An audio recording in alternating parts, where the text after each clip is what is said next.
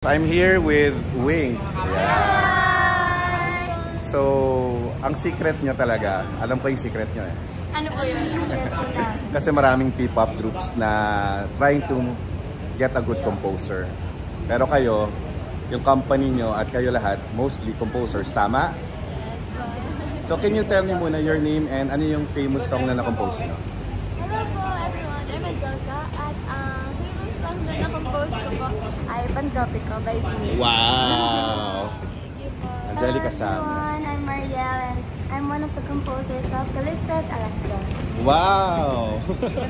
Hi I po, love that song. I'm Mayaka and I write my own songs po. Wow! Hello po, I'm Audrey and hindi pa po ako nakakapagsulat but tinatry ko po like on my own. Pero ano yung ano mo, position mo sa group? Like Main that? dancer. Main dancer. Siya po yung one of the choreographers ko ng ibang songs po. Wow! Or ano po ako, doing choreography. Composing dialogue. And you go.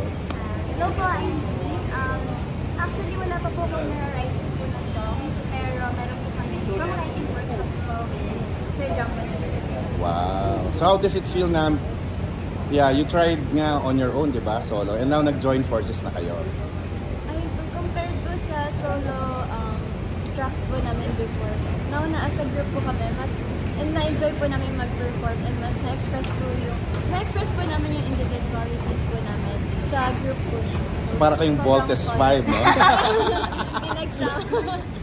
And then yung song yung Baduy, trivia lang, me and my friend sa Southedge kami, mga kasama ko puro rock gusto nila. Me and my friend Mark Cho, who part owner ng Green Cross, tawag sa amin The Baduy Gang. Kasi kami lang mahilig sa OPM. Yung iba puro rock. So I think yung Baduy na ginagawa nyo is similar na, di ba si Jolina is also medyo Baduy yung dating, parang yung ano. So you made it cool, no? Yung pagiging Baduy. Can you explain to me yung Baduy pala? Sino pa nag-compose na? Bale, si Sir John Michael Conchada, Sir Jumbo de Belen, and si Ate Angelica Sampo ang nag-compose. So ano ba yung concept doon niya? Ang other composer po pala muna ay si Sir Matt Olavides, DJ Love po, and Pia Balbena, and of course po si Rock Sanchez. So ang daming composer ng song na yun? Ano, 8? 7? Bale, yung Baduy po, well, Baduy po yung title, pero yung sa sinasabi po namin sa lyrics, hindi ito Baduy. So parang gusto po namin matanggal yung image ng mga Pilipino. Or malas po na Baduy ba yung mga ginagawa natin, yung mga araw-araw natin ginagawa na very inherited po sa Filipino lifestyle, ganyan. Gusto po namin ipagmalaki yung sariling atin, sariling tunog, at kaya po namin sinama po yung tunog na blues. Perfect for Pinoy playlist because we are promoting all the OPM acts. And tomorrow, I'll see you again in P-pop Awards. See you po! Ako nagsabi kay Miss Jelly, oh, ba't wala pa kayo? Tapos sinabihan ko rin si Mark Yuan, dapat kasama yung Wing. Yeah.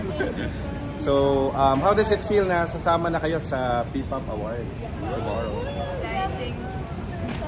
And naging headliner na rin kayo dito sa Pinoy playlist. Siyempre po, super grateful po kami sa lahat ng mga performers po na dumadating. Especially po since 4 months old po kami since our debut.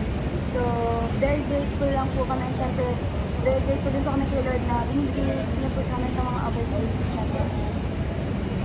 Sinong, yeah, Thank you po sa mga taong naniniwala at nag-i-invite po sa amin. Thank you po. yung loyal fans yun nandyan na kanina. Kaya nila. Tapos, sino yung gusto nyo ka-collaborate na OPM singers and mga other P-pop groups or K-pop groups? 5, 6, 7, 8. Cup of Joe! Nela! Ayan, Sarah Lanimo. Bini, Alina. Bebop Group. Alaman. And tomorrow, magkakaroon na kayo ng maraming TikTok tomorrow with the P-pop group. Sana po. Aja! Sila G22, di ba? Nag-compose kayo. Hi, Jasmine, Henry. Ayan. So, thank you so much for your time. I'll see you again tomorrow. See you po. God bless you, sir. Make your introduction ulit, yung wig. Hi everyone, I'm Angelica. I'm Marielle. Hi, I'm Mayaka. I'm Audrey. I'm G. And we are Wing! Thank you po. Yes, ako na rin, Winky na ako.